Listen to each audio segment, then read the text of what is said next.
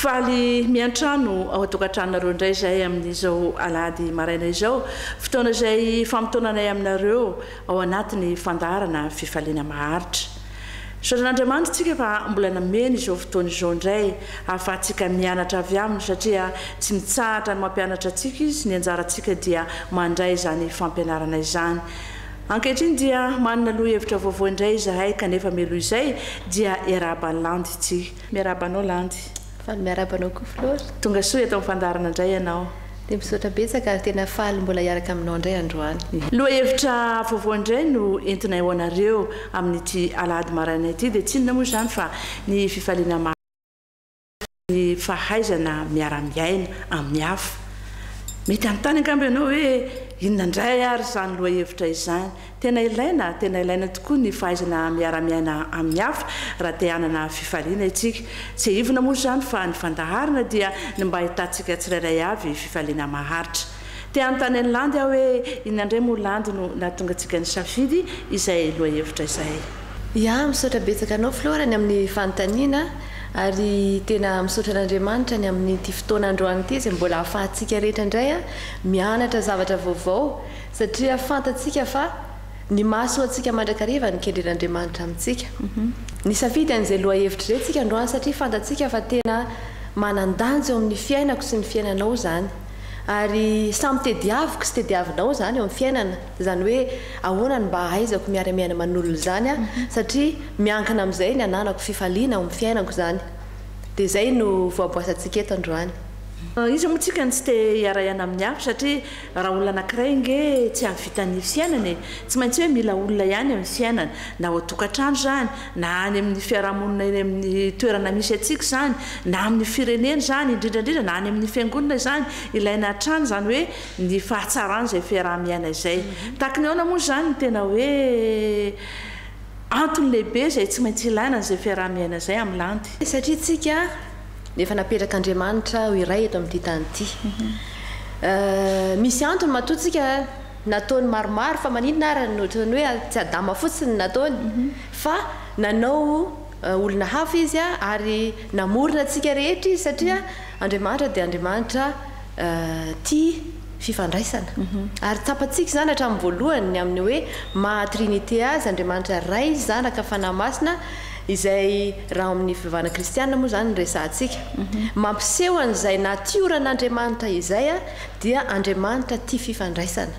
Ka isika izay noforoniny ihany koa dia mba tiany anaraka an'izay natioran'izay izany hoe olona mba tia fifandraisana, tia fihavanana satria raha tsy izay no ao anatintsika dia sarotra amintsika ny hanohy ny fiainana. Tsisy olona vita tena rery izany hoe te hipetraka izy samirery na hitokamonina fa tsy maintsy mila ny hafa isika. Za mila anao ianao mila anahy, mila ny mpakasaritsika raha tsy izay dia tsy mety ny fandarantsika eto. Ka dia ao anatin'izay izany ny hoe efa any dia efa hitarintako ny saintsika sahady hoe inona ny antony ampirisihana antsika mba hitady an'izay fomba fahaizana miara-miaina amin'ny olona izay. Tsy azo lavina lanty raha mijery ny fiainantsika andavanandro tena tsy dia taratra loatra izay fiaraha-miaina izay fa ataony fampanjakana ny maizy azy ny tsirairay izany ny tena hoe taratra ary io miainga avy eo amin'ny tokantrano io. Inona ny hoe sakana izany mahatonga n'ilay fiaraha-miaina tsy ho tanteraka eo amin'ny fiainantsika. Matoa noforonon'Andriamanitra voalohany indrindra ny fahazavana dia satria aizina ny nanarona ny tany. Izany hoe natao noforonona ny fahazavana anala ny fahamahizinana. Ka raha ohatra ka hitantsika ny fiainana ankehitriny, ny fiainana izay hitantsika amin'izao fotoana izao no jerena dia hita hoe mandalo fahamahizinana tanteraka.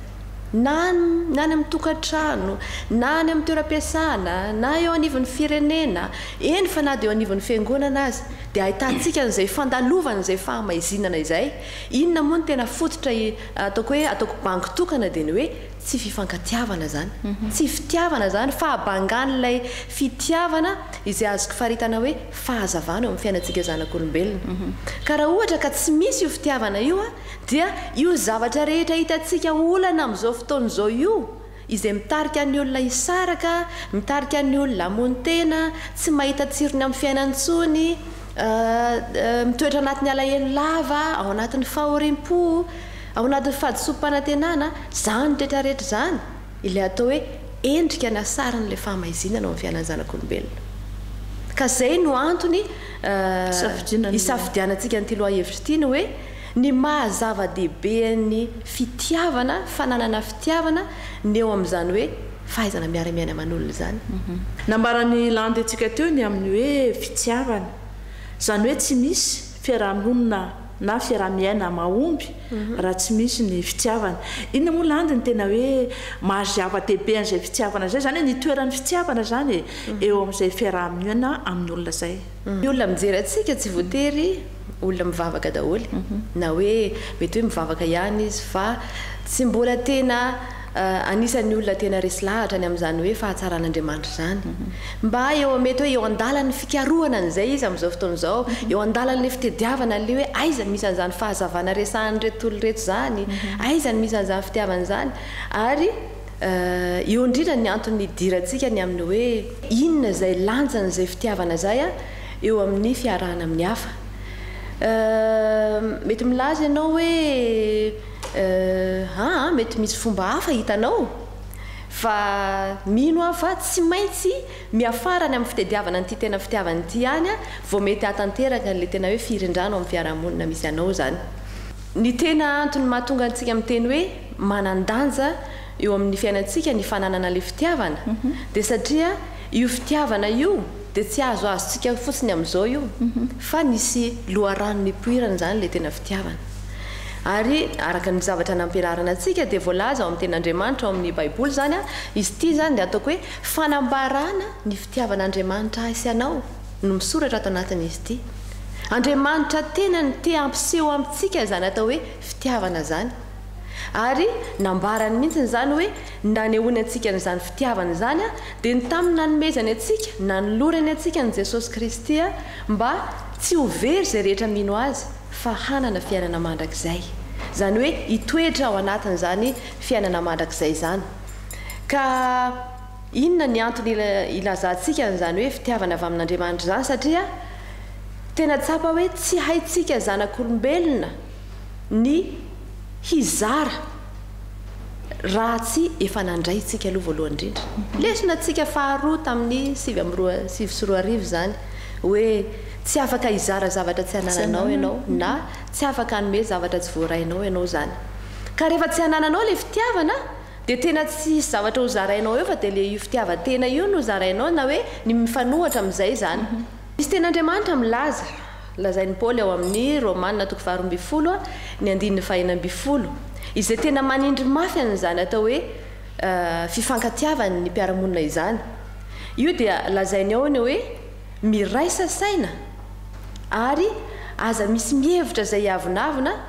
fa aoka mba ho zatra amin'ny fietrena ianareo miraisa saina zany hoe raha tena jerevana ny dika teny samihafa dia karazana ohatrany hoe miara miaina ao anatin'ny firindrana ao anatin'ny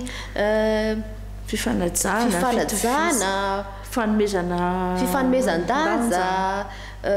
na dia ao anatin'ny fahasamihafana azy dia tena midika zavatra lehibe zany zany hoe firaisan-tsaina zany ary tsy afaka ny raisaina ny olona raha tsy eo no ny fitiavana ka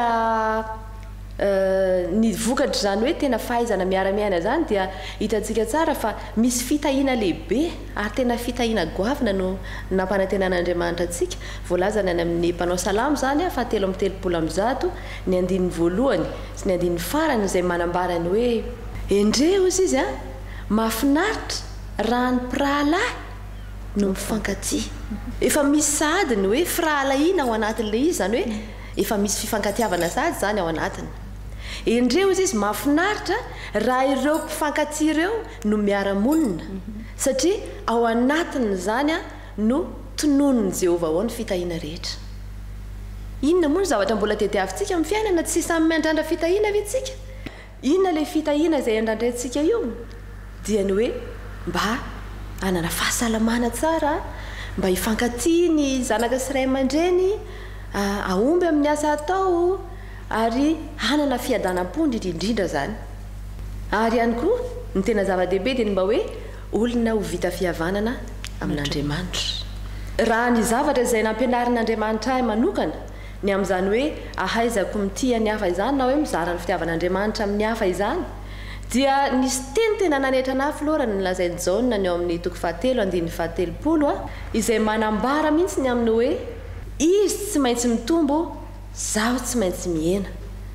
Le izy resahana eto dia le Andriamanitra fitiavana, le Jesosy fitiavana no mila mitombo ao anatiko sy ao anatinao.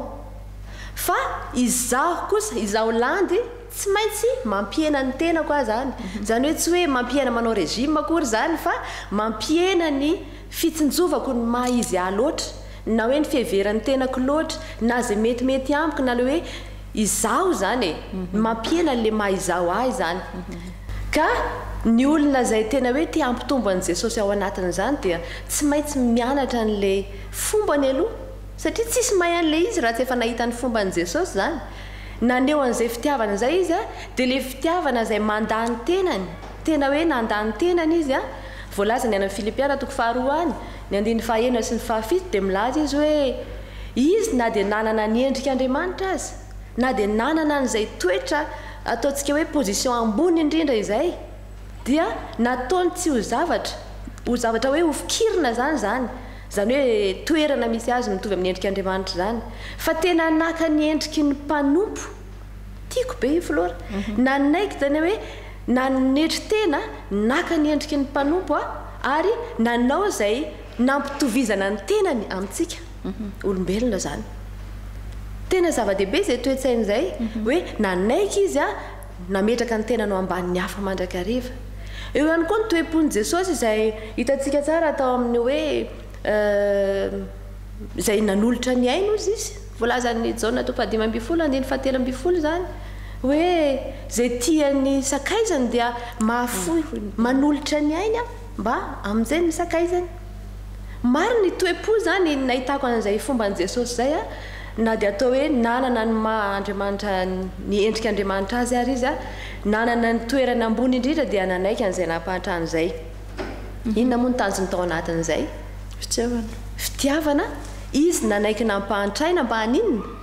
Mba hampanakarena antsika. Zany hoe hitanao zany le mikendry mandrakariva ny hoe hampanakarena antsika ny antony nahatonga anazy nanaiky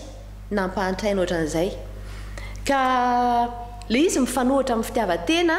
izay mety heverintsika hoe ka tsy maintsy ilaina kosa nge le titeny fa misy zavatra anankiroa ny fitiavan-tena eto. Raha ohatra ka fitiavan-tena tsy mieritreritra an'Andriamanitra ianao dia zay le hoe karazana ohatran'ireny le hoe lalana mifanohitra amin'ny lalan-drano normal zany, fikorianan'ny rano normal. Ny rano mandeha makany ianao misosa mifanohitra amin'le izy, zay le hoe fitiavan-tena tsy miaraka amin'Andriamanitra. Fa raha ohatra kosa ka fitiavan-tena hanananao le izy no fieritreretanao an'Andriamanitra no ny fanananao an' Jesosy ao anatinao dia le fitiavan-tena io no hanosika ianao hanome lanja an'le olona eo anoloanao. Ho fantatrao amin'izay fotoan'izay hoe noho ny fitiavako an'ny zavatra ataoko ohatran'izao no ataoko aminazy ihany koa. Resaka anao hoe fitiavan-tena Jesosy anefa dia nanetry tena tsy nihevitra akory ny tenany izy zany noho ny fitiavantsika. Ary zay nefa nampitsahivoka hatrery am-piandohana hoe mila mianatra mandrakariva itsika. Atao ahoana tokoa moa landy no hitiany hafa raha tsy mahafantatra ny amin'izay fampianaran'i Jesosy zay tsika. Hidika ve zany fa ny olona zay tsy manana ny tenin'Andriamanitra dia ho sarotra aminy hita fifaliana ao anatin'ny fiaramiaina. Misy foana hoany mety hoe karazana hevitra na atao hoe fomba fijery hafa zay miezaka hiala amin'ity baiboly ity, miezaka hiala amin'ny voalaza ao anatin'ny ten'Andriamanitra. Nisy fampianarana efa nataontsika taloha zany lasa tamin'izay ary tena nanamafy tamin'izay fotoan'izay hoe iodikodina ihany. Fa tsy maintsy hiverinao ihany, tsy maintsy hitady an'le izy satria Andriamanitra manana fomba mahagaga, Andriamanitra mahagaga azy ny amin'ny hoe handreseny lahatra antsika, ampahafantarany antsika n'izay fitiavana izay. Tsy isika mihitsy ange no nitady azy, tsy isika mihitsy no te hizara mialohany nandraisantsika azy, fa matoa tsika mizara dia satria isika tia satria izy efa nitia antsika taloha voalazany amin'izao voalohany toko fahaefatra andiny fahasivy-ambin'ny-folo zay hoe le Andriamanitra efa nanolotra ny tenany ho antsika nanolotra antsika n'le fitiavana dia rehefa nandray tsika dia isika indray io tsy mahatompontsiraka io fa te hizaran'izay ihany koa satria izay le fitiavana tena avy amin'Andriamanitra raha tsy le fitiavana tamin'ny voalaza ato no mety ao anatinao voarainao dia hitady bebe kokoa no antenanao ianao anitatra bebe kokoa ny ambandainy ny tranombokadrao ianao ho anao zany hoe rehefa tsy le Andriamanitra voalaza ato dia afaka miteny aho hoe tsy mikendry afa-tsy ny ho anao fa raha ohatra kosa ka le Andriamanitra ato anatiny ity raha le ato anatiny ity no arahantsika dia Andriamanitra zay maniraka atsika foana hitodika any amin'ny hafa zay ny mahatonga ana mitenanao hoe mety misy zao olona milaza hoe zay tsy mivavaka amin'Andriamanitra zany fa zay mahatsapa fa manam-pitiavana izahay mahay miara-miaina aman'olona zay fa misy foana ny fomba izay ahitantsika ny mahasamihafa ny manaraka an'Andriamanitra zay voalaza ato sy Andriamanitra zay tsy voalaza ato iza moa no tiako resahana amin'izany dia ny hoe ny olona tena manana an' Jesosy sy ny tsy manana an' Jesosy dia tena manana fahasamihafany le izy anisan'ny ataontsika hoe zavatra tena marihana ao anatiny ty ten'Andriamanitra tia dia ny toetrana fariseo ny fariseo dia tena tsy nanaiky ary tena tsy nanaiky an' Jesosy tsy nanaiky ny maha-Andriamanitra an' Jesosy tsy nanaiky ny mahataontsika hoe mahambony an' Jesosy fa hoe Jesosy olona ohatr'izao ohatry ny olona rehetra mpaminany tsotra sy ny hafa kanefa voalaza ny tenin'Andriamanitra ato vaketsika ao amin'ny Mateo toko 7:20 manomboka ny andininy 7:20 izay manambara mihitsy izy ny amin'ny hoe loza nareo eo amin'ny andininy 7:20 zany mpanoradalàna sy fariseo mpiatsara velatsy mandony fahafolony solila eo amin'ny andininy